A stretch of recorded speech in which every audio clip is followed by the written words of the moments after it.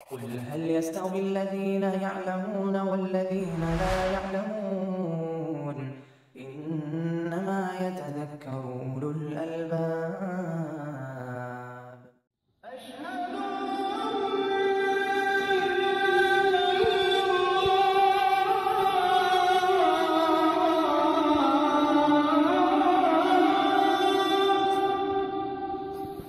بسم اللہ الحمد للہ والصلاة والسلام علی رسول اللہ وعلی آلہ واصحابہ ومن اہتدی بہداہ اما بعد فباب صلاۃ الکسوف، کسوف کی نماز کا باب، یعنی وہ نماز جس کا سبب کسوف ہے، گویا صلاۃ کی نسبت سبب کی طرف ہے، نماز جس کا سبب کسوف ہے۔ کسوف اور خسوف بالکاف و بالخاء، کسوف اور خسوف دونوں ایک ہی معنی میں آتے ہیں، لیکن جب دونوں ایک ساتھ ذکر کیے جائے، کسوف کا بھی لفظ اور خسوف دونوں ایک ہی جگہ ہو، تو بعض اہل علم نے کہا ہے کہ کسوف سورج کے لیے اور خسوف چاند کے لیے، یعنی سورج گہنانے کو، سورج گڑھن کو کسوف کہتے ہیں اور چاند گڑھن کو خسوف کہتے ہیں، لیکن دونوں ایک دوسرے کی جگہ پر استعمال ہوتا ہے۔ سورج گڑھن کو بھی خسفت الشمس حدیث میں آیا ہے، تو اسی لیے کسوف اور خسوف دونوں ایک ہی معنی میں۔ مطلب یہ ہے کہ چاند اور سورج کی روشنی کا کلی طور پر یا جزئی طور پر ماد پڑ جانا، یہ کسوف ہے۔ کبھی تو پورا چاند ڈھک جاتا ہے، اندھیرا ہو جاتا ہے، سیاہی اس پر آ جاتی ہے، اس کی روشنی زمین پر نہیں پڑتی۔ کبھی سورج گہناتا ہے، اس میں جزوی طور پر کچھ حصہ اس کا متاثر ہوتا ہے، کبھی کبھی پورا ہو جاتا ہے، کبھی کبھی رنگ نما بن جاتا ہے، صرف بقیہ حصہ چلا جاتا ہے، اور اس طریقہ سے دنیا بالکل اندھیرے میں ڈوب جاتی ہے جس حصے پر وہ گڑھن کا اثر ہوتا ہے۔ تو اس لیے کہا گیا کہ کلی طور پر مکمل طریقے سے یا جزوی طور پر سورج اور چاند کا اندھیرا ہو جانا، اس کی روشنی کا چھپ جانا، اس کی ٹکیا کا چھپ جانا، یہ کسوف ہے یا خسوف ہے۔ اس کے دو اسباب ہیں، ایک اسباب تو کونی ہیں، تخلیقی ہیں، اللہ رب العالمین نے اس انداز سے زمین کو، سورج کو، چاند کو بنایا ہے کہ جو ایک دوسرے کے درمیان حائل ہوتے ہیں تو گڑھن لگتا ہے سورج اور چاند کو، جس کو آپ سائنسی ریزن کہہ سکتے ہیں، یا ماہرین فلکیات نے جو اسباب بیان کیے ہیں کہ گہنانے کا سبب یہی ہے کہ جب زمین چاند اور سورج کے درمیان آتی ہے تو چاند پہ گڑھن لگتا ہے، کیونکہ چاند اپنی روشنی سورج سے حاصل کرتا ہے، اور اسی لیے عام طریقے سے چاند کا گڑھن لگنا قمری مہینے کے وسط میں ہوتا ہے، بیچ میں، کیونکہ اس وقت چاند بالکل ایک دوسرے پارٹ میں سورج کے بالمقابل ہوتا ہے۔ تو ایسی صورت میں ممکن ہے کہ زمین چاند اور سورج کے درمیان حائل ہوتی ہے، اور سورج کے گڑھن کا سبب یہ ہوتا ہے کہ چاند زمین اور سورج کے درمیان آ جاتا ہے۔ جب سورج اور چاند کے درمیان زمین آتی ہے تو چاند گڑھن، اور جب زمین اور سورج کے درمیان چاند آ جاتا ہے تو سورج کی روشنی زمین پر نہیں پڑتی۔ بہرحال چاند اور سورج اپنے اپنے مدار پر چلتے رہتے ہیں، اور عام طریقے سے سورج کا گڑھن یا سورج میں گہن لگتا ہے جب چاند کے مہینے کی آخری تاریخیں ہوتی ہیں۔ یہ جو سبب اور ریزن علم الافلاک والے بیان کرتے ہیں، ہو سکتا ہے کہ کبھی کبھی یہ سبب نہ بھی ہو، اور جو پیشی گوئی کی جا رہی ہے وہ غلط ثابت ہو، لیکن شرعی سبب جو اس کے پیچھے ہے، گڑھن کے پیچھے، سورج اور چاند کے گڑھن کے پیچھے جو شرعی سبب ہے، جو شرعی علت ہے، وہ مسلمانوں کے پیش نظر ہونی چاہیے، اس میں ہمارے دین اور دنیا کا بھلا ہے، اور وہ یہ ہے کہ ہم کو جو شریعت کے ذریعے معلوم ہے، وحی الہی کے ذریعے جو معلوم ہے، حدیثی وحی الہی ہے کہ اللہ رب العالمین سورج اور چاند کو گہنا کر اور اس کو تاریک کر کے، اس کو بے نور کر کے، ہماری زمین کو اندھیرے میں ڈبا کر اللہ تعالیٰ ہم بندوں کو ہمارے گناہوں سے آگاہ کرتا ہے، ہمیں ہمارے گناہوں سے ڈراتا ہے، اپنی سزا اتارنے کا اعلان کرتا ہے، وہ ایک طرح کا اعلان ہے کہ اگر تم اپنی حرکتوں سے باز نہیں آئے تو ہم تمہیں بلا و مصیبت سے اور عذاب سے، سزاؤں سے دوچار کریں گے، جیسے کہ اللہ تعالیٰ نے فرمایا وَمَا نُرْسِلُ بِالْآيَاتِ إِلَّا تَخْوِيفًا،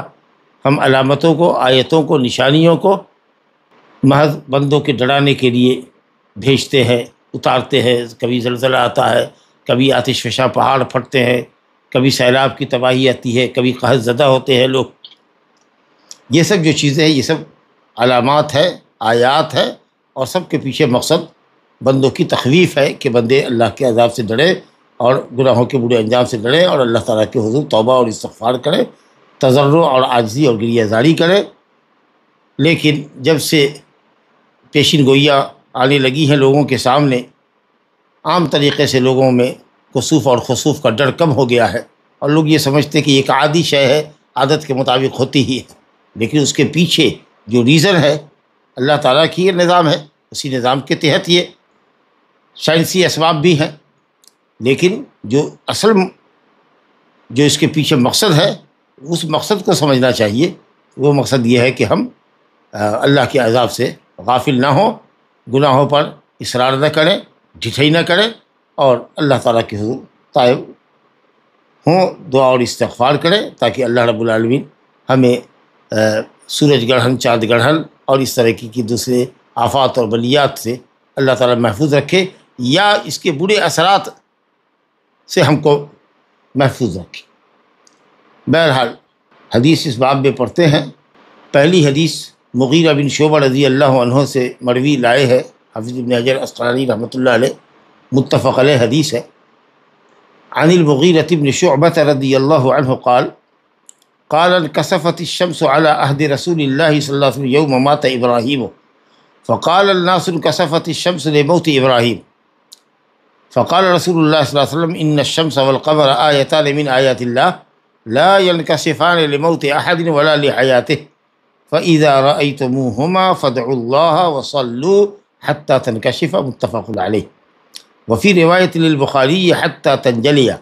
وللبخاري من حديث أبي بكرة رضی اللہ عنہ فصلوا وادعوا حتى يكشف ما بكم۔ مغیرہ بن شعبہ رضی اللہ عنہ سے روایت ہے، کہتے ہیں کہ سورج عہد رسالت مآب صلی اللہ علیہ وسلم میں گہنایا اس دن جس دن ابراہیم ابن محمد صلی اللہ علیہ وسلم کا انتقال ہوا، جو ماریہ قبطیہ کے بطن سے تھے ابراہیم۔ نبی صلی اللہ علیہ وسلم نے پیدائش کی صبح کہا تھا کہ ولد لی غلام، مجھ کو رات بچہ ولد لی اللیل غلام سمیتہ باسم ابی ابراہیم، میں نے اپنے باپ کے نام ابراہیم علیہ السلام کے نام پر نام رکھا ہے۔ یہ پیدا ہوئے تھے ذی الحجہ سن 8 ہجری میں، اور 16 مہینے کے یا 18 مہینے کے ہو کر انتقال فرما گئے۔ اتفاق کہیے اس دن سورج گہنا گیا، سورج کو گرہن لگ گیا۔ تو جاہلیت کے عقیدے کے مطابق لوگوں کو معلوم نہیں تھا، پہلی مرتبہ عہد رسالت مآب میں یہ ہوا تھا، تو لوگوں نے یہ کہنا شروع کیا، فقال الناس، یعنی بعض لوگوں نے، ناس سے مراد بعض لوگوں نے کہا انکسفت الشمس لموت ابراہیم، ابراہیم کی موت کے سبب سورج گہنایا ہے، کیونکہ وہ نبی صلی اللہ علیہ وسلم کے صاحبزادے ہیں، اور عقیدہ یہی تھا جاہلیت کا کہ کوئی بڑی ہستی مرتی ہے تو اس کے سوگ میں اور غم میں سورج یا چاند کو گرہن لگتا ہے۔ بہرحال نبی کریم صلی اللہ علیہ وسلم نے اس موقع پر نماز پڑھی، خطبہ دیا، اس میں جو فرمایا وہ یہ تھا ان الشمس والقمر آیتان من آیات اللہ، یقیناً سورج اور چاند اللہ تعالیٰ کی نشانیوں میں سے 2 بڑی نشانی ہیں، جو اللہ تعالیٰ کی قدرت کاملہ اور اس کی حکمت بالغہ پر دلالت کرتی ہے۔ یہ دونوں علامتیں لا ينکسفان لموت احد ولا لحیاتہ، کسی کی موت کے سبب یا کسی کی حیات کے سبب نہیں گہناتے، ان میں گرہن کسی کی موت کے سبب یا حیات کے سبب، پوری حالت کو عموم کو بتانے کے لیے کہا ہے، ورنہ یہ عقیدہ نہیں تھا کہ کسی کی موت کے اوپر سورج یا چاند گہلاتا ہے، موت کے بالمقابل حیات کا ذکر کر دیا ہے، ورنہ عقیدہ یہی تھا کہ سوگ میں یہ تاریک ہوتا ہے کسی بڑی ہستی کے موت پر، اور ابراہیم ابن محمد صلی اللہ علیہ وسلم کی ہستی یقیناً بڑی ہے، نبی صلی اللہ علیہ وسلم کے صاحبزادے ہیں۔ تو آپ نے فرمایا کہ نہیں، زمین پر کسی بھی بڑی سے بڑی ہستی کی موت واقع ہو، اس کا کوئی بھی اثر سورج اور چاند کے اوپر نہیں پڑتا، اس کی روشنی پر نہیں پڑتا۔ لا ينکشفان لموت احد، کسی کی موت سے یہ نہیں کہلاتے اور نہ کسی کی حیات سے، یہ موت کے بالمقابل ذکر کر دیا گیا۔ فَإِذَا رَأَيْتُمُوهُمَا، جب دونوں کو دیکھو، ظاہر ہے کہ دونوں کو ایک ساتھ تو دیکھ نہیں سکتے، ایک ہی ساتھ سورج اور چاند گہرا ہوا ایسا تو ممکن نہیں۔ کسی بھی ملک میں جب سورج ہوتا ہے تو چاند نہیں ہوتا، چاند ہوتا ہے تو سورج نمودار نہیں ہوتا۔ تو فَإِذَا رَأَيْتُمُوهُمَا کا مطلب فَإِذَا رَأَيْتُمُوهُ یا کل واحد منہما، دونوں میں سے کوئی شکل بھی ہو، سورج گہرائے یا چاند گہرائے، دونوں کا حکم ایک ہی ہے، اللہ سے دعا کرو، وصلو اور نماز پڑھو۔ اب یہ صلو یہ اجمال ہے، کیسی نماز پڑھنی ہے، کیا رکعت پڑھنی ہے، کیا طریقہ ہوگا، انشاءاللہ اس کا بیان آگے آ رہا ہے۔ کہا دعا کرو اور نماز پڑھو، واو مطلق جمع کے لیے آتا ہے، یعنی نماز بھی ہونی چاہیے، ذکر و دعا بھی ہونی چاہیے، تقدیم اور تاخیر کی اس میں بحث نہیں ہے۔ ظاہر ہے کہ پہلے تو آدمی نماز پڑھے گا، اگر سورج کھل گیا تو الحمدللہ، نہیں اگر کھلا ہے تو کچھ دیر اور اگر باقی ہے تو جب تک وہ کھلتا نہیں ہے، جیسے کہا گیا حتیٰ تنکشف، یہاں تک کہ وہ کھل جائے اس وقت تک آدمی دعا میں مشغول رہے گا، نماز سے فارغ ہو چکا ہے تو یہ حتیٰ جو ہے یا تو تعلیلیہ ہے علت بتانے کے لیے کہ نماز پڑھو دعا کرو تاکہ سورج کھل جائے، چاند کھل جائے، یا یہ ہے کہ نماز پڑھو اور دعا کرتے رہو اس وقت تک، انتہائی غایت کے لیے، اس وقت تک جب تک کہ کھل نہ جائے۔ دونوں ہی معنی صحیح ہو سکتا ہے۔ دوسری روایت میں واضح کیا گیا، وفی روایت للبخاری، ایک روایت میں ہے بخاری کی، حتیٰ تنجلیہ، یہاں تک کہ سورج اور چاند کھل جائے، روشن ہو جائے۔ اور بخاری شریف میں ابو بکرہ کی حدیث میں ہے فصلوا ودعوا حتیٰ یکشف ما بکم، جب سورج یا چاند گہرائے تو نماز پڑھو اور دعا کرو اللہ تعالیٰ سے یہاں تک کہ تم پر جو پریشانی اور نازل مصیبت اتری ہے وہ دور ہو جائے، حتیٰ یکشف ما بکم، جو تم پر مصیبت نازل ہوئی ہے اس کی تفخیم کے لیے، اس کی سنگینی کو بتانے کے لیے مبہم ابہام کے ساتھ بیان کیا گیا ہے، ما بکم، جو مصیبت تم کو ہے یا جس صورتحال سے تم گزر رہے ہو اس کو اللہ تعالیٰ دور کر دے۔ یہ جو تینوں الفاظ آئے ہیں، حتیٰ تنکشف، حتیٰ تنجلیہ، حتیٰ یکشف ما بکم، سب کا مفہوم ایک ہی ہے کہ سورج اور چاند کھل جائے اور جو پریشانی لاحق ہے وہ دور ہو جائے۔ یہ حدیث آپ نے سنی۔ ابراہیم، اچھا جتنی بھی روایتیں آئی ہیں چاند گڑھن کے سلسلے میں، سب میں یہ بات ذکر ہے کہ ابراہیم کی موت کے دن ہی ہوا تھا۔ اسی لیے محققین اہل علم نے کہا کہ عہد رسالت محمد صلی اللہ علیہ وسلم میں اور خاص کے مدنی زندگی میں سورج گہرایا تھا ایک ہی مرتبہ، یہی اہل علم کا قول ہے۔ اور کئی روایتیں آئی ہے ان کی روشنی میں اور مختلف طریقے پر رکوع کی تعداد مختلف آئی ہے، تو اس لحاظ سے کچھ لوگوں نے کہا کہ متعدد مرتبہ سورج اور چاند گہرائے، لیکن یہ قول مرجوح ہے۔ بہرحال تو حدیث کا آپ نے ترجمہ مفہوم سمجھ لیا۔ اب جو سمجھ میں بات آئی حدیث سے جو استدلال کیا گیا ہے وہ اس بات پر استدلال کیا گیا ہے کہ سورج اور چاند اللہ تعالیٰ کی دو بڑی مخلوق ہیں، دو عظیم نشانیاں ہیں جو اللہ تعالیٰ کی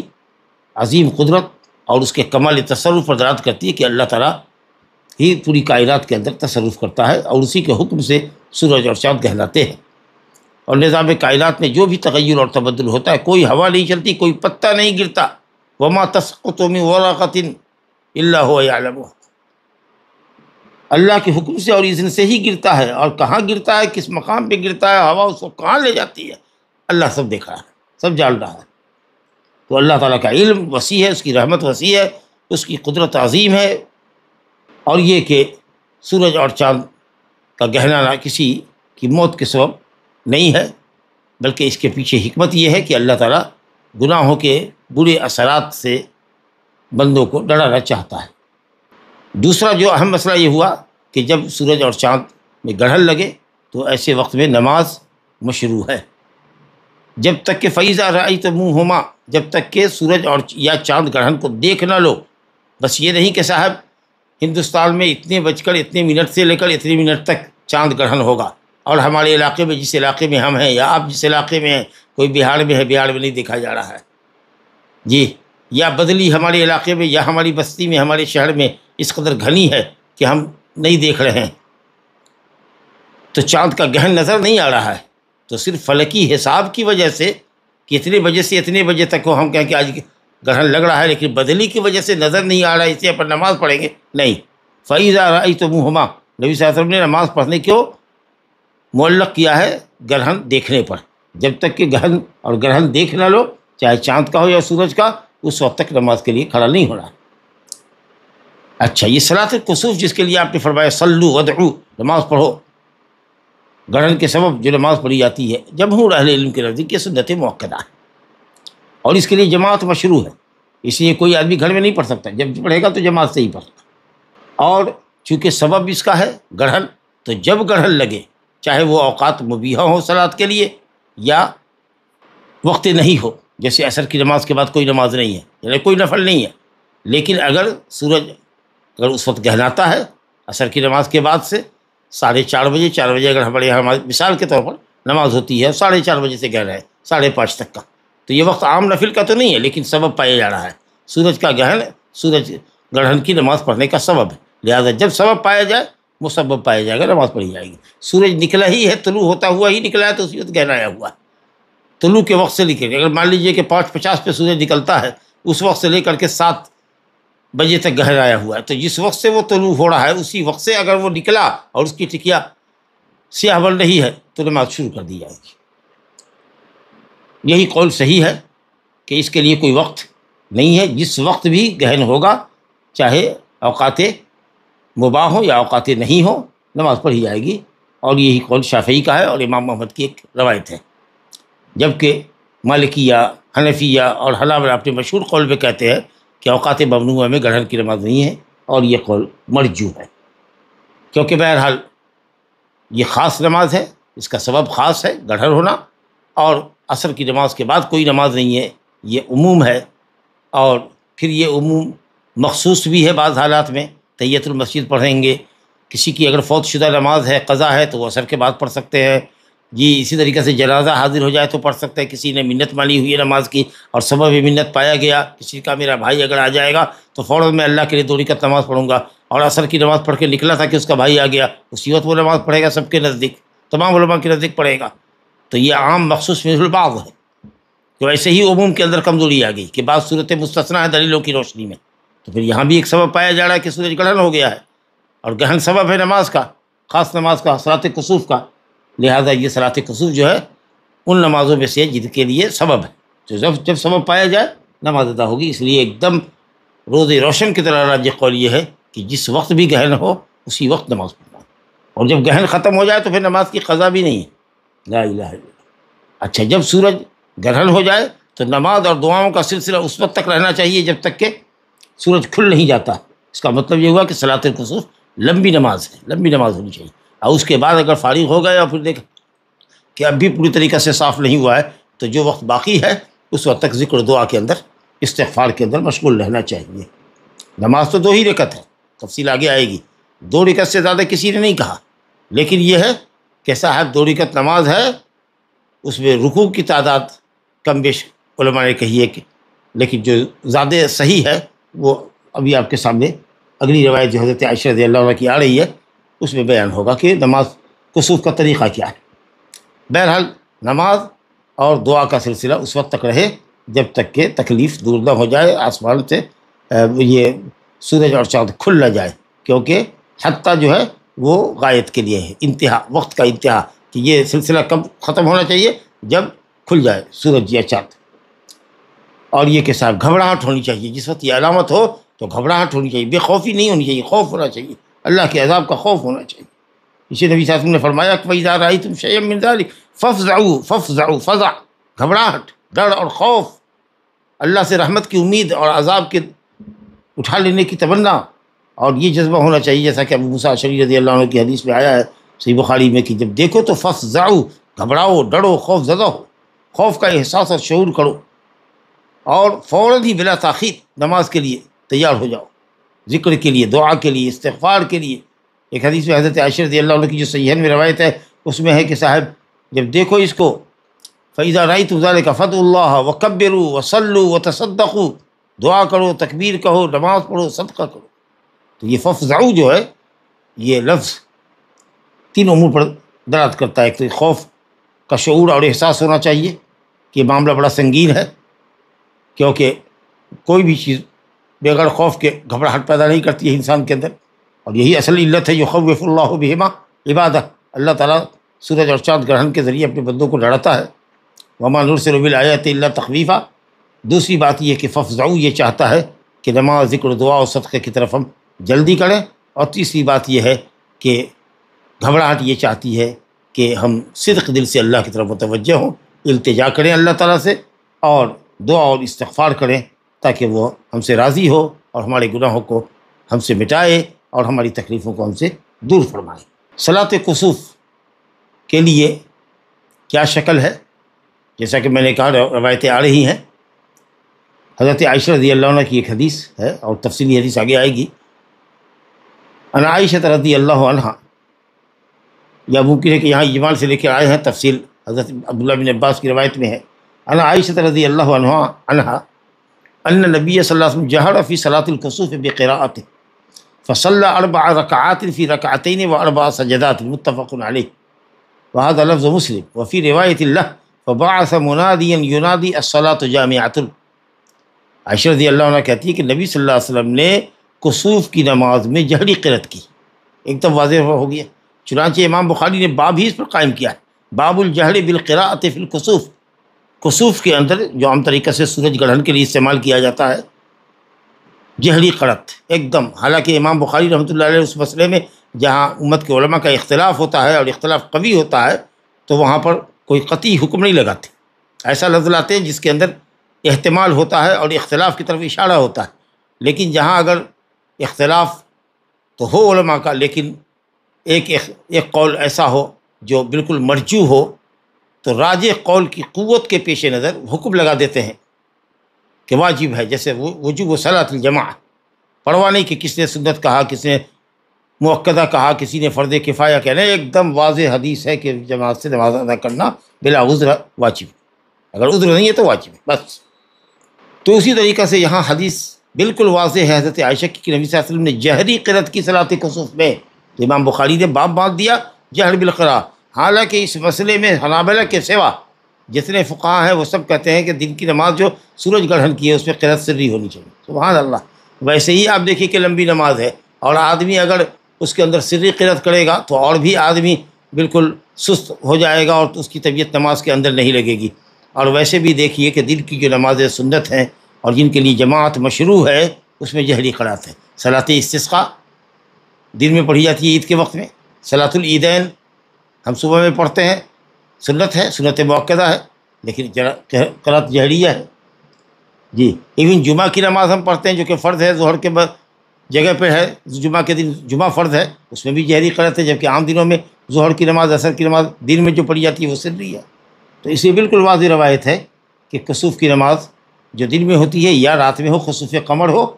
اس کے لیے جماعت مشروع ہے، اور جس سنت کے لیے جماعت مشروع ہے اس میں قرأت جہریہ ہے، جیسے صلاۃ الاستسقاء، صلاۃ العید، اور اسی طریقے سے دوسری نمازیں۔ لا الہ الا اللہ، حکم دونوں کا ایک ہی ہے۔ جب کسوف شمس میں دن میں جب جہری قرأت کریں گے تو چاند کا بھی وہی مسئلہ ہے، وہاں بھی قرأت جہریہ ہی ہوگی۔ یہ امام محمد کا قول ہے، شیخ الاسلام ابن تیمیہ نے اس کی حمایت کی ہے، اور اہل الحدیث محدثین کرام بھی اسی طرف گئے ہیں۔ لیکن دوسرا قول یہ ہے کہ سورج گرہن کی نماز جو دن میں ہوتی ہے اس میں جہری قرأت مشروع نہیں ہے، اور یہ قول ابو حنیفہ، مالک اور شافعی رحمہ اللہ اجمعین کا۔ اور انہوں نے دلیل پکڑا، روایت آگے آ رہی ابن عباس رضی اللہ عنہ کی کہ وہ کہتے ہیں کہ نبی صلی اللہ علیہ وسلم نے صلاۃ الکسوف میں قام قیاما طویلا نحو من قراءۃ سورۃ البقرہ، اتنا لمبا آپ نے قیام کیا کہ لگا کہ صاحب سورہ بقرہ کی قرأت جیسا قیام تھا، جیسے سورہ بقرہ کی قرأت کے اندازے سے لمبا قیام تھا۔ تو اگر کوئی صورت آپ نے جہری قرأت کی ہوتی یا کوئی صورت پڑھی ہوتی سورہ، تو حضرت ابن عباس اس کو متعین کر دیتے کہ فلاں صورت آپ نے پڑھی۔ حالانکہ آپ سمجھ سکتے ہیں کہ یہ کیا ممکن نہیں ہے کہ حضرت ابن عباس نے سنا ہو اور بھول گئے ہوں؟ کیا یہ امکان نہیں ہے کہ حضرت ابن عباس اس زمانے میں بالغ نہیں تھے، مردوں کی صف میں کھڑے نہیں ہونے والے تھے، یا مردوں کے ساتھ نہیں تھے؟ ہو سکتا ہے کہ پیچھے رہے ہوں، بعد میں آئے ہوں، اور وہاں تک نبی صلی اللہ علیہ وسلم کی قرأت جہریہ سنائی نہیں پڑی ہو، لوگوں کو سنائی نہیں پڑی ہو۔ تو اس کی وجہ سے انہوں نے ایک اندازے سے کہا کہ اتنا لمبا قیام کیا کہ سمجھو کہ جتنی دیر میں آدمی سورہ بقرہ پڑھتا ہے۔ تو ایک حدیث یہ ہے. بہرحال یہ حدیث قام قیاما طویلا نحوا من قراءت سورۃ بقرہ کی قراءت کے اندازے سے قیام کیا. اس میں قراءت جہریہ کی نفی نہیں ہے. یہ حدیث صراحت کے ساتھ نفی نہیں کر رہی ہے، جبکہ حضرت عائشہ رضی اللہ عنہ کی حدیث جو متفق علیہ ابھی ہم نے پڑھی اس سے قبل، اس میں کہ جہر فیہا بالقراءہ، آپ نے جہری قراءت کی، تو صراحت ہے جہر کی. اور استسقاء اور عیدین کے اوپر بھی اگر قیاس کرتے ہیں، حالانکہ ہم کو قیاس کی ضرورت نہیں ہے، لیکن بس بتانے کے لیے کہ استسقاء کی نماز بھی سنت اور عیدین کی نماز بھی سنت ہے اور جماعت مشروع ہے اور دن میں پڑھی جاتی ہے، لیکن قراءت جہریہ ہوتی ہے. لا الہ الا اللہ. تو اگر یہ تو یہاں سنت ہمارے پاس موجود ہے، واضح روایت ہے حضرت عائشہ کی. اگر یہ نہیں بھی ہوتی تو جمعہ، عیدین اور استسقاء وغیرہ سے جو دن میں ادا کی جاتی ہے تشبیہ دے کر کے مسئلہ یہی راجع ہوتا کہ دن میں سورج گرہن ہے تو نماز جہری قراءت کے ساتھ ہونی چاہیے جائے کہ الحمدللہ واضح حدیث موجود ہے. تو ابن عباس کی حدیث جہر کی نفی میں صریح نہیں ہے، بلکہ کئی احتمالات ہیں. ہو سکتا ہے کہ انہوں نے سنا ہو، بھول گئے ہو، یاد نہیں رکھا ہو، یا پھر ہو سکتا ہے کہ پیچھے کھڑے رہے ہوں. اور ایک حدیث اور آتی ہے سمرہ ابن جندب کی، اس میں وہ روایت ہے سمرہ ابن جندب کی جو ہے، اس کے اندر ہے کہ صاحب جہری قراءت نہیں ہوئی، جہری قراءت نہیں ہوئی. لا نسمع له صوتا، لا نسمع له صوتا، ہم نے آواز نہیں سنی. لا نسمع له صوتا، نبی صلی اللہ علیہ وسلم کی آواز ہم نہیں سن رہے تھے. یہ حدیث جو ہے ضعیف ہے. اس کے اندر ثعلبہ بن عباد، ثعلبہ بالثاء تاثا، ثعلبہ ابن عباد نام کا شخص جو ہے وہ مجہول ہے. اور بھلا ایسی روایت جس میں جو ضعیف ہو وہ صحیح ہے ان کی متفق علیہ روایت حضرت عائشہ کی کہ اس میں صراحت کے ساتھ ہے کہ جہر فیہا بالقراء صلاۃ الکسوف آپ نے پڑھی اور قراءت جہری کی. بھلا یہ ضعیف روایت متفق علیہ روایت کے مقابلے میں کیوں کر کھڑی ہو سکتی، استدلال کے لائق جو نہ ہو. اور اگر مان بھی لیں اس روایت کو تو پھر لا نسمع لہ صوتا، ہم آواز نہیں سن رہے تھے، اس سے یہ کہا لازم کہ آواز نہیں تھی. آواز نہیں ہوگی، آپ نہیں سنتے رہے ہوں گے کیونکہ آپ دور کھڑے رہے ہوں گے، پچھلی صفوں میں رہے ہوں گے. لہذا حدیث الجہر جو ہے جہری قراءت یہ بالکل صحیح اور صریح حدیث سے ثابت ہے. لہذا کوئی دوسری روایت اس کے مقابل نہیں آ سکتی. اچھا صاحب، ایک اور بات اس میں سمجھنے کی یہ ہے کہ چونکہ صلاۃ الکسوف کے لیے اذان اور اقامت نہیں کہی جاتی، اس لیے اعلان کرنا چاہیے مسجد سے. اور آج کل تو مائک وغیرہ ہے کہ بھائی اس صلاۃ الکسوف قائم ہو رہی ہے مسجد میں،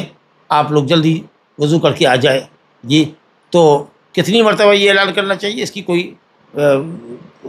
تعداد تو نہیں بیان کی گئی ہے، لیکن ہاں جس سے ابلاغ حاصل ہو جائے، لوگوں تک یہ میسج چلا جائے، 2-3 مرتبہ اعلان کر دیا جائے، سمجھا کہ نہیں کہ بھائی سورج گرہن ہے اور نماز مسجد میں قائم کی جا رہی ہے، اسی لیے لوگ جلدی کریں اور مسجد میں آئیں. 2-3 مرتبہ اعلان انشاءاللہ کافی ہوگا، لوگوں تک خبر ہو جائے گی اور لوگوں کو اطلاع مل جائے گی. تو اسی لیے 2 مرتبہ 3 مرتبہ نماز قائم ہو رہی ہے، استسقاء کی نماز ہو رہی ہے، یا یہ کیا کہتے ہیں صلاۃ الکسوف ہو رہی ہے، مسجد میں آ جائیے، یہ اعلان کرنا چاہیے اپنی زبان میں. اگر آپ کہیں گے ہندوستان میں یا ایسے ماحول میں گاؤں بستی میں الصلاۃ جامعہ، الصلاۃ جامعہ، کوئی نہیں سمجھے گا. ظاہر ہے کہ اس کا مفہوم بتائیے آپ اردو میں اپنی زبان میں، اس کا ترجمہ کر دیجئے کہ نماز لوگوں کو جمع کر رہی ہے، یعنی نماز کی غرض سے آ جائیے. صلاۃ الکسوف گرہن کی نماز ہے، سورج گرہن ہے، چاند گرہن ہے، آفتاب میں گرہن لگا ہوا ہے، یہ کہہ کر کے آپ لوگوں کو 2-3 مرتبہ اعلان کر کے بلائیے. اچھا، یہ صرف صلاۃ کسوف میں ہی آپ نے اعلان فرمایا، استسقاء کے لیے اعلان نہیں ہے،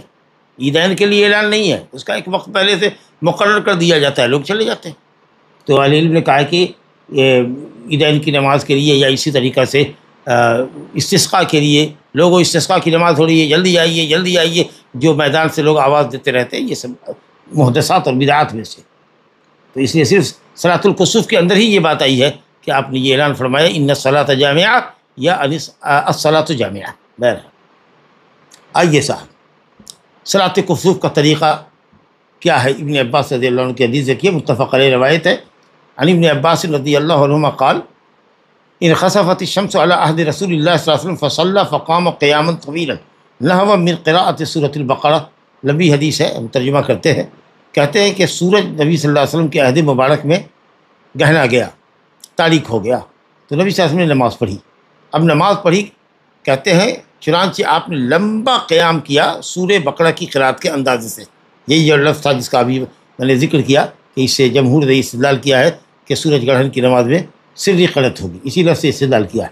جس کا جواب ہم دے کر آ چکے ہیں۔ تو لمبا قیام کیا، چلیے اللہ اکبر کیا، سلام دعا پڑھا، اس کے بعد بسم اللہ شروع کیا، پھر لمبی صورت آپ نے پڑھی، اس کے بعد آپ نے رکوع کیا، اللہ اکبر کہا کہ رکوع میں گئے، لمبا رکوع کیا، دیر تک رکوع میں ٹھہرے، پھر اس کے بعد اٹھے، سمی اللہ لمن حمدہ ربنا لک الحمد، بسم اللہ الحمد للہ رب العالمین الرحمن الرحیم۔ اب پھر آپ یہ دوسرا قیام شروع ہوا، لمبا قیام کیا، لیکن یہ جو دوسرا قیام تھا، پہلی رکعت کا دوسرا قیام، یہ پہلے قیام کے مقابلے میں تھوڑا چھوٹا تھا۔ اس کے بعد جب دو قیام ہو گیا، ایک رکوع ہو چکا ہے، تو دوسرے قیام کے بعد پھر آپ رکوع میں گئے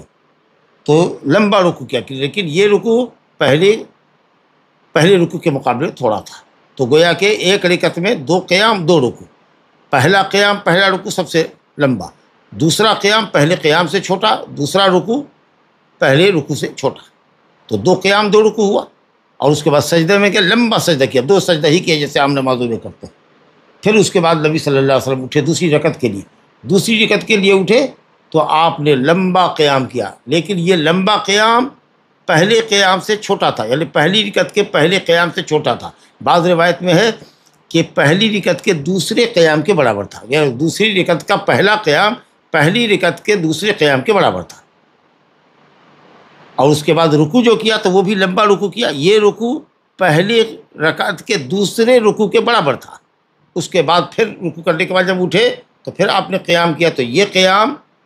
دوسری رکعت کے پہلے قیام سے چھوٹا تھا، پھر آپ نے رکوع کیا لمبا رکوع، یہ پہلے رکوع کے مقابلے میں چھوٹا تھا، گویا کہ 4 اسٹیپ ہوا۔ پہلی رکعت کا ایک لمبا قیام ہے، اس کے بعد لمبا رکوع ہے، پہلی رکعت کا دوسرا قیام رکوع اس کے مقابلے میں تھوڑا چھوٹا ہے۔ دوسری رکعت میں آئے تو پہلا قیام پہلی رکعت کے دوسرے قیام اور رکوع کے برابر ہے، اور اس کے بعد دوسری رکعت کا دوسرا قیام اور رکوع دوسری رکعت کے پہلے قیام اور رکوع سے چھوٹا ہے، یہاں تک کہ نبی صلی اللہ علیہ وسلم نماز سے فارغ ہو گئے اور الحمدللہ سورج کھل چکا تھا۔ فخطب الناس، آپ نے خطبہ لوگوں کو دیا، اور بدعقیدگی کے تعلق سے آپ نے لوگوں کی بدعقیدگی کو دور کیا، اور سورج اور چاند کے گرہن کے پیچھے جو حکمت ہے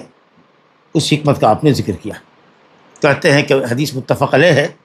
اتفق علیہ الشیخان البخاری و مسلم رحمہ اللہ، اور جو لفظ لائے ہیں وہ صحیح بخاری کا ہے۔ اب آگے دیکھیے، کہتے ہیں کہ ایک روایت میں ہے مسلم کی کہ نبی صلی اللہ علیہ وسلم نے نماز پڑھی یہاں تک کہ جب کہ سورج گہرایا تھا، 8 رکعات فی 4 سجدات، 4 سجدہ کیا تھا اور 8 رکوع کیا تھا، اللہ اکبر۔ گویا کہ ہر رکعت میں 4 قیام اور 4 رکوع، 4 مرتبہ قیام کیا، رکوع کیا، پھر اٹھے، پھر قیام کیا، پھر رکوع کیا، اور سب قیام اور رکوع پہلے کے مقابلے میں چھوٹا، پھر چھوٹا، اس طرح گویا کہ 2 رکعت میں 8 قیام اور 8 رکوع ہوا۔ روایت کہاں کی ہے؟ مسلم کی۔ کہتے ہیں وعن علی مثل ذالک، مسلم میں امام مسلم نے روایت مسلم والی ذکر کرنے کے بعد کہی ہے کہ علی سے بھی اسی طرح کی روایت منقول ہے، لفظ نہیں ذکر کیا ہے، سند بھی ذکر نہیں کیا ہے جی۔ وہ جو روایت ہے علی کی، وہ اس کی سند ذکر نہیں کیا ہے انہوں نے، وہ روایت جو ہے وہ کسی دوسرے مقام پر ہے، بیہقی وغیرہ میں ہے، لیکن وہ مسلم میں نہیں ہے۔ انہوں نے کہا کہ علی سے بھی اسی کے مثل روایت آئی ہے۔ اچھا صاحب، اس کے بعد کہتے ہیں وَلَهُ، مسلم میں ہی جابر سے روایت ہے کہ 6 رکوع، صلی 6 رکعات ب4 سجدات، 4 سجدہ اور 6 رکوع، رکعات کے بعد رکوعات، جب 4 سجدہ ہے مطلب کہ 2 رکعت ہوئی، نماز 2 ہی رکعت ہے، لیکن سجدے کی تعداد یہاں 6 ہے۔ ابھی پہلے پڑھا ابن عباس کی روایت اور حضرت عائشہ کی بھی روایت جو تفصیلی آئی ہے، جس کو امام بخاری حافظ ابن حجر نے مختصر بیان کیا ہے کہ 2 قیام 2 رکوع، 2 قیام 2 رکوع، گویا کہ 4 رکوع ہوا 2 رکعت کے اندر، 2 قیام 2 رکوع۔ دوسری روایت مسلم کے حوالے سے لائے کہ 4 قیام 4 رکوع، ایک رکعت میں، گویا 8 قیام 8 رکوع۔ یہ تیسری روایت لے کر آ رہے ہیں جابر کی کہ 6 رکوع، گویا 3 قیام 3 رکوع پہلی رکعت میں، 3 قیام 3 رکوع دوسری رکعت میں، سجدہ جھکا تو 2 سجدہ۔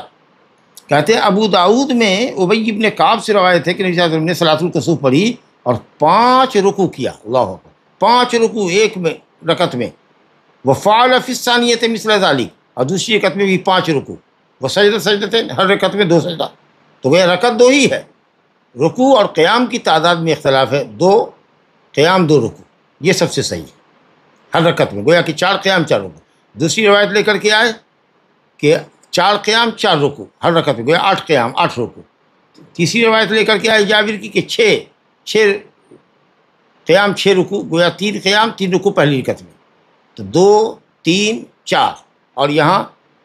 ابی بن کعب کی روایت میں تو ہے کہ 5 قیام 5 رکوع، تو 2 قیام 2 رکوع کی روایت آئی ہر رکعت میں، 4 قیام 3 قیام 3 رکوع کی آئی، 4 قیام 4 رکوع کی آئی، 5 قیام 5، یعنی 4 طرح کی روایتیں۔ اب اہل علم نے پہلے حدیث کا دراسہ کر لیجئے، کہتے ہیں یہ مسلم کی جو روایت ہے جس میں 4 قیام اور 4 رکوع کی جو بات ابھی آپ نے سنی، کہتے ہیں کہ اس کی سند میں سفیان نے حبیب سے روایت کی، حبیب بن ابی ثابت سے، اور حبیب نے طاؤس سے روایت کی ہے، طاؤس بن کیسان سے، اور طاؤس نے ابن عباس سے روایت کی ہے۔ کہتے ہیں کہ اس میں حبیب بن ابی ثابت نے تدلیس کی ہے، کیونکہ حدیث میں حبیب بن ابی ثابت کا طاؤس بن کیسان سے سماع نہیں ہے، تو حدیث منقطع ہو گئی۔ تو ابن حبان نے کہا کہ حدیث ضعیف۔ حبیب بن ابی ثابت کا طاؤس سے روایت کرنا ثابت نہیں ہے، 4 قیام 4 رکوع یعنی 8 قیام 8 رکعت والی روایت کا، یہ صحیح نہیں ہے، کیونکہ حبیب نے طاؤس سے یہ حدیث کو نہیں سنا۔ بیہقی نے بھی اس کو ضعیف کہا، ابن حبان نے بھی ضعیف کہا ہے۔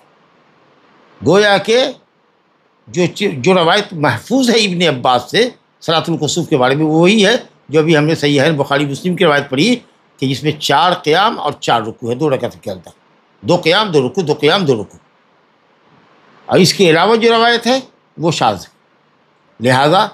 حضرت ابن عباس کی روایت جو متفق علیہ ہے، حضرت عائشہ کی روایت جو متفق علیہ ہے، اس میں صراحت ہے کہ ہر رکعت میں 2 قیام 2 رکوع، لہذا 4 قیام 4 رکوع کے ساتھ نماز ادا کی گئی۔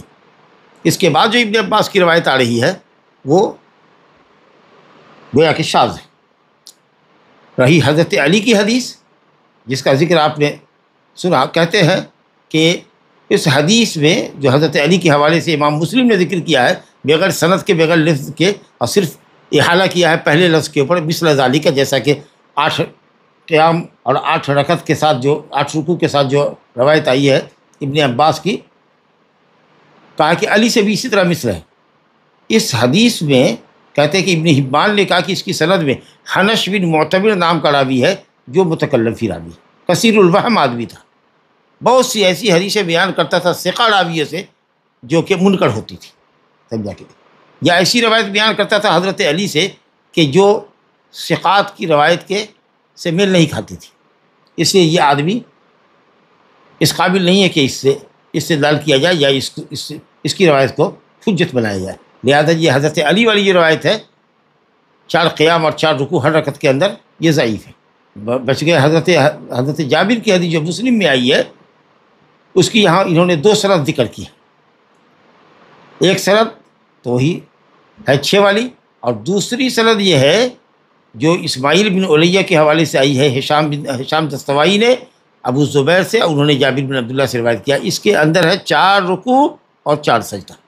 گویا ہر رکعت میں 2 قیام 2 رکوع۔ یہ روایت مسلم کے اندر جابر بن عبداللہ کی روایت آئی ہے، 2 سند سے ذکر کیا انہوں نے۔ تو ایک سند جو ہے جس میں ہشام دستوائی نے ابو زبیر سے روایت کیا ہے، یہ زیادہ بہتر روایت ہے دوسری سند جو انہوں نے ذکر کی ہے اس کے مقابلے میں، جس میں عبد الملک نے عطا سے روایت کیا ہے۔ تو عبد الملک کی جو روایت عطا سے ہے اور عطا کی روایت جابر سے ہے، اس کے مقابلے میں ہشام دستوائی کی روایت ابو زبیر سے، ابو زبیر کی روایت جابر سے، یہ زیادہ صحیح سند ہے، کیونکہ ہشام عبد الملک کے مقابلے میں اولا راوی ہے، احفظ راوی ہے، سمجھ لیں گے۔ تو اس طریقے سے ہشام کی روایت اگر لیتے ہیں مسلم کے حوالے سے تو اس میں ماشاءاللہ 2 رکوع اور 2 قیام کا ہی ہر رکعت میں ذکر ہے۔ اس طریقے سے یہ رکعت جابر کی موافق ہو جاتی ہے ابن عباس کی متفق علیہ روایت سے اور حضرت عائشہ کی روایت سے۔ اب آخری بات رہ گئی کہ ابی بن کعب سے جو روایت آئی ہے ابو داؤد کے حوالے سے، کہ جس کے اندر ہے کہ ہر رکعت کے اندر 5 مرتبہ قیام اور 5 مرتبہ رکوع جو کیا ہے، اس رکعت کے اس حدیث کے اندر ابو جعفر جس کا نام تھا عیسیٰ بن ابی عیسیٰ التمیمی، اب عیسیٰ بن ابی عیسیٰ التمیمی، ابو جعفر عیسیٰ بن ابی عیسیٰ التمیمی، ابو جعفر عیسیٰ بن ابی عیسیٰ التمیمی الرازی، یہ شخص ضعیف راوی ہے، منکر روایتیں بیان کرتا ہے مشاہیر روات سے۔ امام محمد نے کہا کہ یہ آدمی حدیث کے اندر قوی نہیں ہے، اس لیے اس کی روایت کا جب ثقہ اور اثبات ثبت راوی اور ثقہ راوی کے مخالفت میں ذکر کرے تو یہ منکر روایت ہوتی۔ تو الحمدللہ ملا کر کے بات یہ آئی کہ حضرت جابر کی جو روایت 2 قیام 2 رکعت والی ہے، 2 قیام اور 2 رکوع والی، یہ صحیح ہے 4 قیام یا 3 قیام اور 3 رکوع کی روایت کے مقابلے میں، اور حضرت علی والی روایت ضعیف ہے، اور 4 والی جو روایت ہے اس کے مقابلے میں جو 2 رکعت والی 2 قیام اور 2 رکوع والی جو روایت ہے وہ صحیح ہے۔ لا الہ الا اللہ۔ تو 4 رکوع 8 رکوع، یعنی ہر رکعت میں 4 رکوع جو مسلم میں روایت آئی ہے ابن عباس کی، وہ ضعیف ہو گئی، شاذ ہو گئی، یہ بات سمجھ لیا۔ علی سے جو روایت ہے 4 قیام 4 رکوع ہر رکعت میں، یہ بھی ضعیف ہو گئی، اور مسلم میں جو جابر سے روایت ہے یہ کہ 3 قیام 3 رکوع ہے، یہ بھی ضعیف ہو گئی کہ اس کے اندر انقطاع ہے، مدلس راوی ہے جس نے روایت بیان کی ہے یہ، اور یہ جو ہے آپ کی 6 رکعت والی کہ 5 قیام 5 رکوع والی جو ہے ابی بن کعب کی روایت، یہ بھی حدیث ضعیف ہے۔ حضرت علی کی جو روایت ہے وہ بھی ضعیف ہے۔ سمجھا کہ نہیں؟ امام احمد نے ذکر کیا ہے حنش نے روایت کیا ہے علی سے، حنش بن معتبر متکلم فی راوی۔ جابر کی روایت جو مسلم میں آپ نے سن لیا کہ عبد الملک نے عطا سے روایت کیا ہے جابر سے، وہ حدیث کے مقابلے میں ہشام نے ابو زبیر سے جابر سے روایت کیا، وہ روایت ٹھیک ہے جس میں 2 قیام 2 رکوع، اور ابی بن کعب والی روایت جو ابو داؤد میں ہے 5 قیام 5 رکوع والی روایت، اس میں ابو جعفر عیسیٰ بن ابی عیسیٰ التمیمی الرازی ضعیف راوی۔ آئیے صاحب، کل بات کا خلاصہ یہ ہوا کہ 2 قیام اور 2 رکوع کے ساتھ 2 رکعت ادا کی جائے گی، گویا کہ 4 قیام 4 رکوع ہوگا، اور یہ روایت آپ کو حضرت عائشہ سے ثابت ہوئی، حضرت ابن عباس کی متفق علیہ روایت ہوئی، اور حضرت جابر سے بھی ثابت ہے جو صحیح روایت ہے مسلم کے اندر، اس سے بھی یہی ثابت ہے۔ چلیے صاحب، تو ہم پہلے بھی بتا چکے کہ صلاۃ کسوف 2 رکعت ہے، اس میں علماء کے درمیان اختلاف نہیں ہے، یہ اختلاف قیام ہر رکعت میں کتنی مرتبہ قیام ہو کتنی مرتبہ رکوع ہو اس میں اختلاف ہے۔ تو ہم نے سمجھا کہ ابن عباس کی روایت، عائشہ کی روایت، ابن جابر کی روایت جو مسلم میں صحیح سند سے ہے، اصح سند سے ہے، اس کے اندر 2 قیام 2 رکوع۔ باقی جو روایت ابن عباس سے ہے اور علی سے 4 قیام 4 رکوع، 4 قیام 4 رکوع، 8 قیام 8 رکوع، یہ ضعیف۔ اسی طریقے سے 3 قیام 3 رکوع والی روایت بھی ضعیف۔ اسی طریقے سے 5 قیام 5 رکوع والی روایت جو ابو ترمذی کی ہے وہ بھی ضعیف۔ لا الہ الا اللہ۔ سوال یہ ہے کہ کچھ لوگوں نے یہ کہا کہ اتنی جو روایتیں آئی ہیں اگر ان کو صحیح مان کے چلتے ہیں، کچھ لوگوں نے اگر کلام کیا تو یہ کہا کہ صاحب ایسا کیوں نہیں مان لیتے کہ صاحب متعدد مرتبہ کسوف کی نماز نبی صلی اللہ علیہ وسلم نے متعدد طریقے پر نماز پڑھی ہوگی؟ کہا بات تو آپ ٹھیک کہہ رہے ہیں، اسحاق بن راہویہ اسی طرف گئے جی، لیکن ہر روایت میں جب یہ بات آ رہی ہے کہ سورج گہرایا تھا جس دن ابراہیم بن محمد صلی اللہ علیہ وسلم کی موت ہوئی تھی، تو پھر اس کو تعدد واقعے پر محمول کرنے کا تو کوئی سوال ہی پیدا نہیں ہوتا۔ اس لیے راجح اور صحیح قول یہ ہے کہ ایک ہی مرتبہ یہ گہرایا تھا۔ اب اور ایسی صورت میں جب ایک ہی مرتبہ پڑھا ہے تو روایتوں کے درمیان ترجیح کیجیے، اور ظاہر ہے کہ متفق علیہ روایت جو ہے حضرت عائشہ کی، حضرت ابن عباس کی، وہ یقیناً اس روایت کے مقابلے میں اصح ہوگی جو روایت کہ جس کی روایت میں امام مسلم نے انفراد کیا، یعنی صرف ایک مسلم میں روایت آئی ہے، ایک روایت مسلم بخاری دونوں میں آئی ہے، تو ظاہر ہے کہ جو بخاری اور مسلم دونوں میں روایت ہے وہ روایت ارجح ہوتی ہے مسلم کی روایت کے مقابلے۔ تو اس لیے بہتر قول یہی ہے کہ کسوف ایک ہی مرتبہ ہوا ہے، اور وہ بھی اس دن جس دن ابراہیم کی موت ہوئی تھی، لہٰذا یہی قول صحیح ہے۔ اس کے بعد آپ نے خطبہ دیا ہے، اور خطبہ میں حمد و نعت ہے، اور اس کے بعد کہا اللہ کی تعریف کی، ثنا بیان کیا، اور پھر بدعقیدگی کو دور کیا، اور لوگوں کو اللہ سے ڈرنے کی آپ نے تلقین و وصیت کی۔ اس لیے خطبہ صلاۃ الکسوف کے بعد مشروع ہے، شافعی کا یہی قول ہے، اور امام احمد رحمۃ اللہ علیہ بھی ایک روایت میں ایسا کہتے ہیں، محدثین بھی یہی کہتے ہیں، جبکہ حنفیہ، مالکیہ اور حنابلہ کی راجح مذہب یہ ہے، جو ان کے مذہب کا قول ہے کہ یہ ہے کہ خطبہ نہیں ہے، جبکہ دیکھ رہے ہیں کہ واضح ہے کہ خطب الناس خطب الناس خطب الناس، اثنا علی اللہ، حمد اللہ و اثنا علیہ بما هو اہلہ، اللہ کی تعریف کی اور پھر آپ نے یہ فرمایا جو لوگ خطبہ کی نفی کرتے وہ کہتے ہیں کہ ایک بدعقیدگی کا اظہار تھا مقصود، محض اتنی ہی بات تھی، وہ خطبہ نہیں تھا۔ بھئی خطبے میں ہوتا کیا ہے؟ اللہ تعالیٰ کی تعریف، نبی پر درود و سلام اور نصیحت کی باتیں ہوتی ہے، واضح و تذکیر تو آپ نے کیا ہی تھا۔ تو اس لیے بہتر یہ ہے، بلکہ راجح یہ ہے کہ خطبہ کسوف کی نماز کے بعد جو 2 قیام اور 2 رکعت کے ساتھ ہوگی، ہر رکعت میں 2 قیام 2 رکوع 2 قیام 2 رکوع، اس کے ساتھ نماز ہوگی، پھر خطبہ ہوگا، اور اس کے بعد بھی اگر سورج گرہن نہیں کھلا ہے تو ذکر و اذکار اور دعاؤں میں مشغول ہوں گے۔ ایک 2 حدیث اور رہ گئی ہے، ابن عباس رضی اللہ عنہ سے حدیث ہے، یہ کہتے ہیں کہ ما حبت ریح قط، جب بھی کبھی تیز کوئی ہوا چلی مگر نبی کریم صلی اللہ علیہ وسلم گھٹنے کے بل کھڑے ہو جاتے تھے۔ اگر کھڑے ہیں تو گھٹنے پر آ جاتے تھے، بیٹھے ہوئے ہیں تو گھٹنے پر آ جا کر ہوتے، آدھا کھڑے ہیں آدھا بیٹھے ہوئے، یہ گھبراہٹ والی جو کیفیت ہوتی ہے وہ کیفیت ہے۔ اور کہتے تھے اللہم اجعلھا رحمہ، یا اللہ اس ہوا کو رحمت بنا، اس کو عذاب نہ بنا۔ امام شافعی نے اپنی مسند میں اور اسی طریقہ سے کتاب الام میں ذکر کیا ہے، اور طبرانی نے بھی اس کو ذکر کیا ہے الکبیر میں۔ کہتے ہیں کہ یہ حدیث جو یہ دعا ہے کہ اللہم اجعلھا رحمہ، اور اس ہوا کو رحمت بنا عذاب نہ بنا، یا یہ ہے کہ اللہم اجعلھا ریاحا ولا تجعلھا ریحا، ریاح بنا بشارت دینے والی ہوا کو ریاح کہتے ہیں، اور ریح کہتے ہیں تیز تند ہوا کو، عذاب والی ہوا کو۔ یہ جو حدیث ہے دعا کی، یہ انتہائی کمزور حدیث ہے، انتہائی کمزور ہے، کیونکہ امام شافعی کے جو استاد ہے یہاں ابراہیم بن محمد بن ابی یحییٰ، ابراہیم بن محمد بن ابی یحییٰ، اس کے متعلق یہ ہے کہ یہ آدمی، امام عبداللہ بن احمد اپنے والد امام احمد سے نقل کرتے کہ امام احمد کہتے تھے کہ ابراہیم بن محمد بن ابی یحییٰ قدری ہے، معتزلی ہے، جہمی ہے، تقدیر الہی کا انکار کرنے والا معتزلہ، اور جہمی ہے، اللہ تعالیٰ کے اسماء و صفات کا انکار، بڑی بلا اور مصیبت ہے اس شخص کے اندر۔ کہتے ہیں کہ ہرگز اس کی حدیث لکھی نہیں جا سکتی، اور یہ منکر روایتیں نقل کرتا ہے جس کی کوئی اصل نہ ہو۔ اب بتائیے آپ کتنی خراب روایت ہے، کیسا مطلب یہ ہے کہ راوی انتہا درجے کا پلید ہے اس میں۔ اور رہی طبرانی کی حدیث، تو طبرانی نے جو کبیر میں ذکر کیا ہے حدیث، اس میں کہتے ہیں کہ حسین بن قیس الرحبی، حسین بن قیس الرحبی ہے، یہ بھی انتہائی ضعیف ہے۔ امام احمد نے کہا کہ لیس حدیثہ بشیء، اس کی حدیث کا کوئی وزن نہیں، کوئی ویلو نہیں، لا اروی عنہ شیئا، میں اس شخص سے کچھ بھی روایت نہیں کرتا۔ ایک روایت میں کہا کہ متروک الحدیث ہے، ابو حاتم نے کہا منکر الحدیث ہے، امام بخاری نے کہا کہ احادیث منکرۃ جدا، اس کی حدیث انتہائی درجے منکر ہوتی ہے، یہ شخص قابل اس لائق نہیں کہ اس کی حدیث لکھی جائے۔ امام مسلم نے کہا کہ منکر الحدیث ہے۔ آپ سوچیے، یہ حسین بن قیس رحبی جو ہے، تو معلوم ہے کہ دونوں سندیں وحیات ہیں۔ اس کے مقابلے میں بارش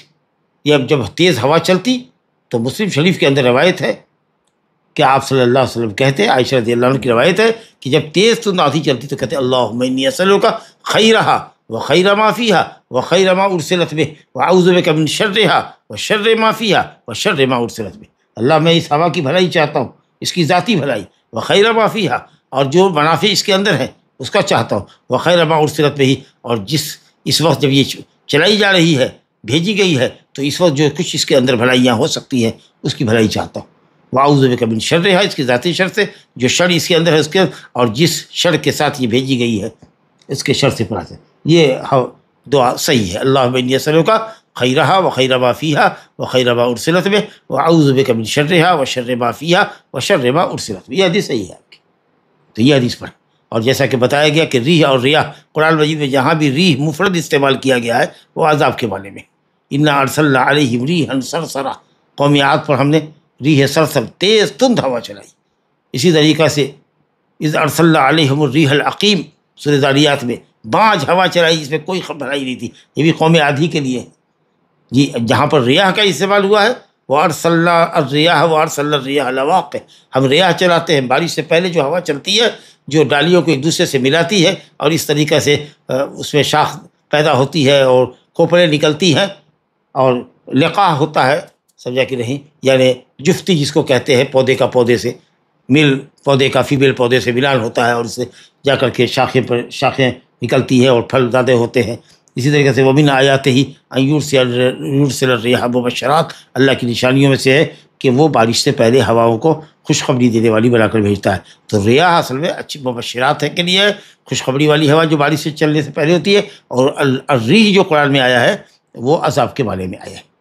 چلیے صاحب، کیا زلزلہ کے وقت بھی کوئی نماز ہے؟ تو ابن عباسی کی روایت لے کر کے آئے ہیں کہ انہوں نے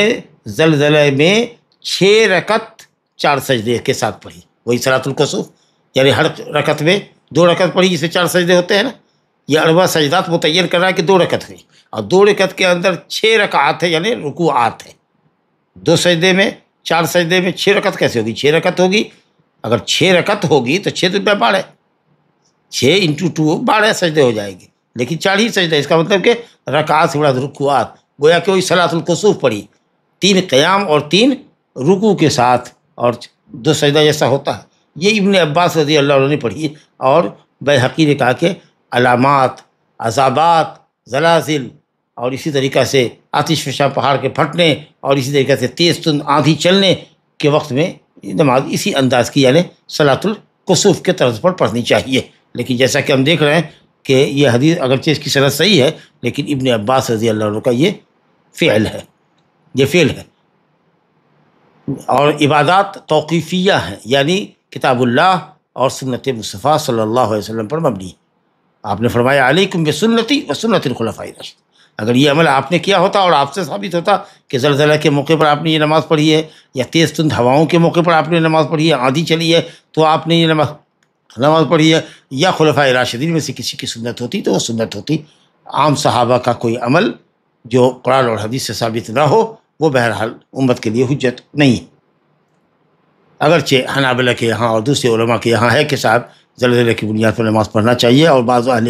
علم ان میں حنابلہ میں اس کو راجح قرار دیتے ہیں، لیکن اللہ تعالیٰ جزائے خیر دے سماحت الشیخ امام ابن باز رحمۃ اللہ علیہ کو کہ وہ سلفی منہج آدمی تھے، اور وہ مسلک کی پرواہ الحمدللہ نہیں کرتے تھے۔ اگر صحیح دلیل کے خلاف اگر مذہب کا قول ہوتا تو وہ صحیح حدیث کے ساتھ چلتے، اور یہی اہل علم پر واجب بھی ہے کہ التمشی مع الدلیل، دلیل کے ساتھ چلے، جہاں صحیح دلیل ہو اس کے مطابق کریں۔ یہ شیخ نے کہا کہ زلزلے کے موقع پر، یا